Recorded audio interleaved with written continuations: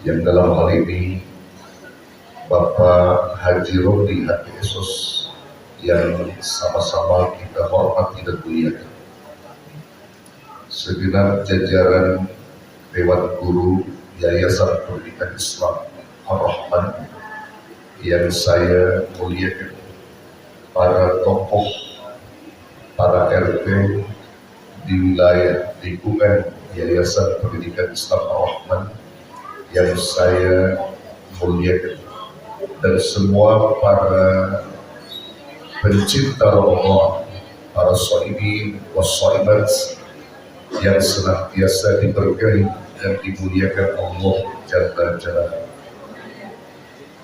Kita bersyukur kepada Allah di hari ini, hari yang ke 22. Hari berapa? 21. Ini RT Nafis salah, jadi Nafis salah informasi. Kita hari 28. Karena di Nafis. Hari ke-21, Alhamdulillah, kita sudah diantarkan nama Allah masuk Ramadan ke-21 hari.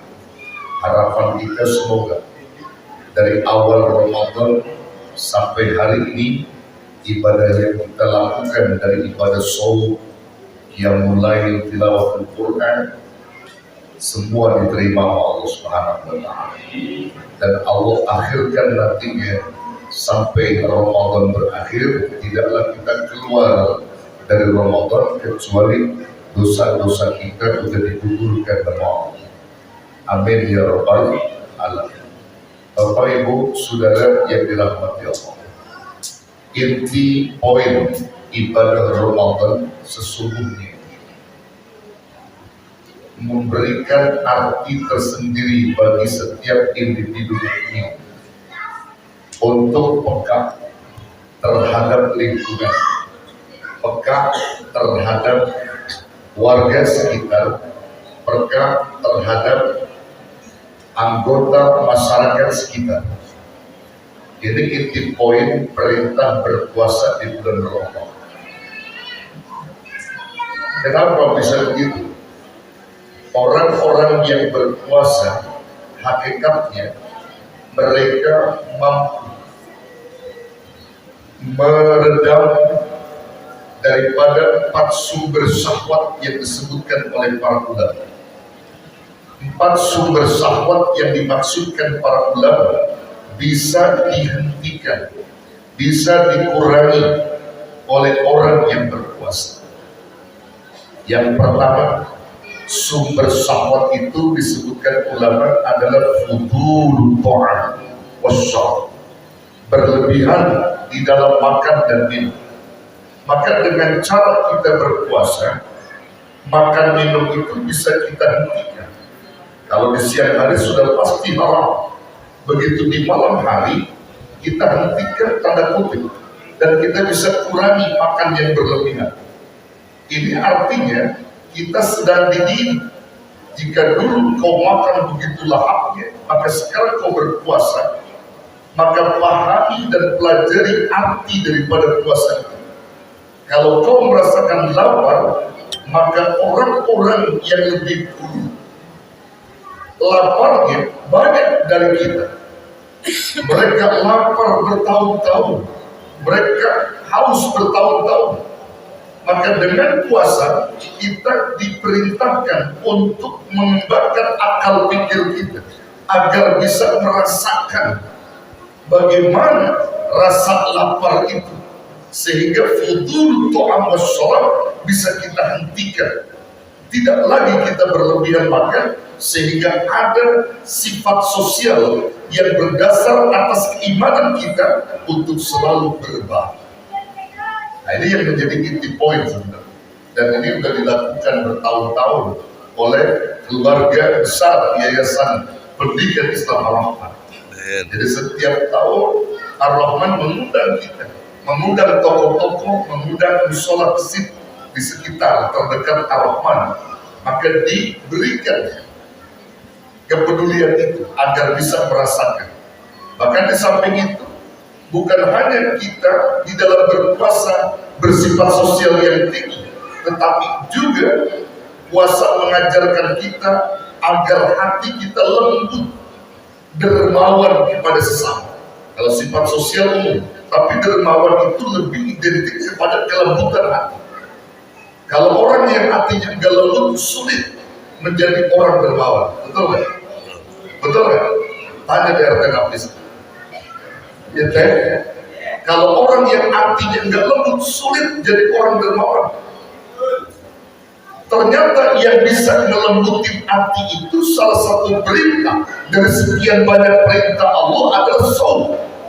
Jadi as-shaum di samping jiwa kita ini, sosial kita meningkat, tetapi juga hati kita menjadi lembut, menjadi baik dengan orang, mudah untuk memberi tanpa ada paksaan. Kalau orang akademik bilang begini, tujuan puasa itu sebenarnya dua. Tujuan puasa di orang akademik itu, yang pertama, puasa bertujuan menjadi apa? Purifikatif. Purifikatif itu artinya menyucikan, membersihkan. Yang kedua adalah transformatif, untuk merubah keadaan. Merubah keadaan. Yang pertama tadi tujuan puasa purifikatif, membersihkan atau menyucikan. Dalam konteks ini adalah membersihkan hati kita dari segala bentuk kedengkian, kekotoran dan seterusnya. Itu dengan cara puasa. Karena kalau orang sudah bisa bersih hatinya dengan berpuasa, akan mudah melakukan sesuatu yang diperintah oleh Allah, yang disebut dengan perintah sosial, perintah dermawan. Kalau orang yang kasar hatinya susah. Biar kata dia punya benda banyak, tetap aja agak mau dia keluarin itu harta. Betul? Sebutnya dia keluarin itu buat nyawer.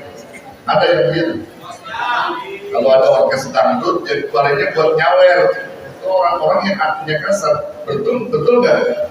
RT Sebin nih, RT udah belum. Begitu. Jadi kalau untuk yang sifatnya ngantunin yatim, masjid, musola berat, bagi orang-orang yang hatinya kasar, hanya bisa dilakukan oleh orang-orang yang hatinya lembut.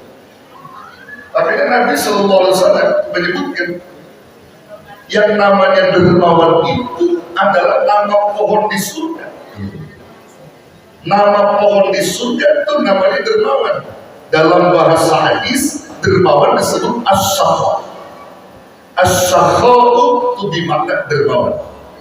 Ternyata as-sakha itu sebuah nama yang diberikan Allah, nama pohon di surga. As-sakha'u syajaratun bil jannah. Dermawan itu adalah nama pohon di surga. Husnuha fid dunya, cabang dan rantingnya sampai ke dunia. Cabang ranting pohon dermawan itu sampai ke dunia. Kalau kata orang Betawi bilang nyengser tuh, cabangnya nyengser ke dunia. Ya. Dulu antum masih kecil, kalau ada pohon jambu, pohon jamblang nyengser, biasanya buat main apa tuh cabangnya? Ayunan. Main ayunan. Nah ternyata orang-orang yang lembut hatinya itu pohon surga yang namanya as-sakha, cabangnya nyengser ke bawah, yang bisa gelayutin itu ya orang yang hatinya lembut. Kalau yang hatinya kasar kagak bisa dia gelayutan, jatuh mulu. Kata Nabi gelayutan jatuh. Tapi kalau Haji Roti dan keluarga besarnya gampang, memang itu mainan dia. Maka kata Nabi, man ta'allaqa bi husni minha, siapa orang yang gelayutan di cabang pohon surga itu, artinya dia bisa menjadi dermawan. Dakuhu ilal jannah, itu sebagai pertanda di mana dia bakal dihantarkan ke surganya Allah Subhanahu wa ta'ala. Masya Allah, luar biasa sudah. Tapi sebaliknya, lawannya dermawan apa? Lawannya dermawan apa teh? Lawannya dermawan, kikir, pelit, buntut gasiran. Sebut dinapis. Kikir ternyata yang namanya kikir dalam bahasa hadis namanya al-bakhlu atau al-bukhl. Bukhlu itu sifat kikir. Kata Nabi, wal bukhlu syajaratun finnar, dan kikir itu juga nama sebuah pohon di neraka. Jadi kikir nama pohon di neraka, kata Nabi. Husnuha di dunia, cabangnya nyengser ke dunia, sampai ke dunia itu cabangnya. Wa man ta'allaqa bi husnihin, siapa orang yang nyamber, yang megang cabang pohon kikir tadi, emang dia punya sifat kikir yang artinya kasar, kagak lembut, gampang megangnya.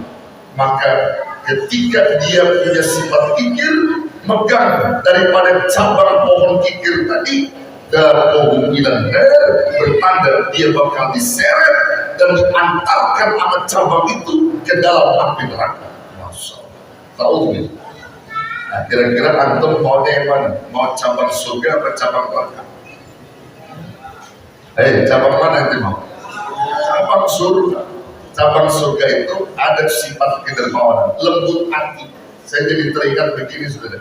Itu dalam Quran. Di dalam Quran ini, Allah menyebut bahwa keluarga Nabi Ibrahim alaihissalam, ya, yang disebut dengan Abul Anbiya, bapaknya para Nabi Ibrahim. Nabi Ibrahim dapat gelar Khalilullah, dapat gelar yang namanya kekasih Allah. Salah satunya punya sifat kedermawanan yang tinggi. Ternyata sifat dermawan Nabi Ibrahim itu tidak cukup pada dirinya, tapi digetok tularkan pada anak-anaknya. Ismail dan Ishak juga punya sifat kedermawanan yang sama dengan bapaknya. Belum cukup pada anaknya, tapi istri-istri beliau juga termasuk dermawan yang luar biasa. Nah, jadi saya lihat sosok Haji Romli ini, almarhumah Ibunda Haja Fatimah, itu salah satu ya perempuan yang sangat luar biasa kedermawanan. Yang sering saya ulang-ulang saya katakan di majlis ta'lim, guru kalau kurang honornya dia yang bantu. Sampai sekarang jariahnya itu ya guru-guru taklim, guru-guru itu. Ternyata istri dan suami sama, dan anak-anaknya juga sama. Ini sosok Nabi Ibrahim dan istri serta anaknya sama, punya sifat kedermawanan. Jarang-jarang kita temuin yang begitu jauh. Makanya Quran menyoroti sampai disebut Allah, kalau kamu bisa niru, tirulah keluarga Ibrahim. Qad kanat lakum uswatun hasanatun fi Ibrahim walladzina ma'ahu. Sungguh telah ada suri tauladan yang bagus pada diri Ibrahim dan anak istrinya. Karena semuanya bisa ditiru. Kalau kita sebagai anak bisa tiru anaknya, kita sebagai orang tua bisa tiru bapak ibunya. Begitu semuanya bisa ditiru dalam konsep kedermawanan. Kalau Ibrahim pengen nyumbang nih, misalnya nih, pengen nyumbang masjid, katakan 100 juta, bininya, bang, terusin bang, nambahin lagi. Anak-anaknya, ayo tambahin lagi. Jadi kagak ada yang dicegah oleh keluarganya, disupport, dibantu, semuanya sama. Itu Ibrahim begitu. Ya. Kalau kita kan jarang-jarang temuin yang begitu. Kadang kita temuin bapaknya baik banget, bibitnya pelit banget. Ada yang gitu? Ada nggak yang gitu? Kita sebagai laki ini baik nih, dermawan, bini kita pelit banget. Ada nggak yang gitu? Bini siapa? Lo. Bini kita pelitnya bukan main. Kita udah baik, bini kita pelit. Ada lagi bininya baik, lakinya pelit. Laki siapa? Siapa laki itu? Lo. Sudah. Ada bapak, ibunya baik, anak-anaknya pelit. Jadi kesal. Nah, karena itu Bapak Ibu sekalian, ini diingatkan. Jadi kalau kita diundang ke Yayasan Ar-Rahman, jadi ingat begitu. Haji Romli itu hampir semua, ya. Beliau dulu aktif dalam taklim, saudara, ya. Sampai sekarang beliau kurang sehat sehingga tidak lagi bisa ada di taklim. Dulu beliau termasuk orang yang rajin taklim, tapi masih jadi juga tadi ya taklim ya. Ya, kita doain biar sehat terus ya. Biar sehat. Beliau kemarin katanya sakit, saudara, ya. Tapi orang terbawa sakit cepat pak. Cepat apa? Cepat mainnya. Cuma dicubit doang. Kalau lu sakit bertahun-tahun, orang pelit. Betul. Kalau orang sakit bertahun-tahun orang pelit pak. Kalau orang dermawan sakit cubit doang, itu bayar. Itu orang dermawan pak. Itu di zaman dari nabi-nabi itu kan. Kalau orang dermawan itu kalau sakit dicubit doang. Dicubit doang artinya sayang sama Allah. Begitu. Kalau orang kikir sakitnya bertahun-tahun. Saudara yang dirahmati Allah. Ya, karena memang Nabi Sallallahu Alaihi Wasallam menyoroti bahwa sifat yang sebut dermawan tadi, kemudian bersedekah tadi, itu di samping menjadi obat hati kita, juga penyembuh dari penyakit kita. Jadi yang namanya sedekah itu bukan hanya melembutkan hati aja, setiap kita punya penyakit dalam tubuh kita bisa hilang dengan sedekah. Mana hadisnya? Hadisnya sahih, kata Nabi, Dawu mardokum bisadaqah. Obati penyakit-penyakit kalian dengan sedekah. Dengan sedekah.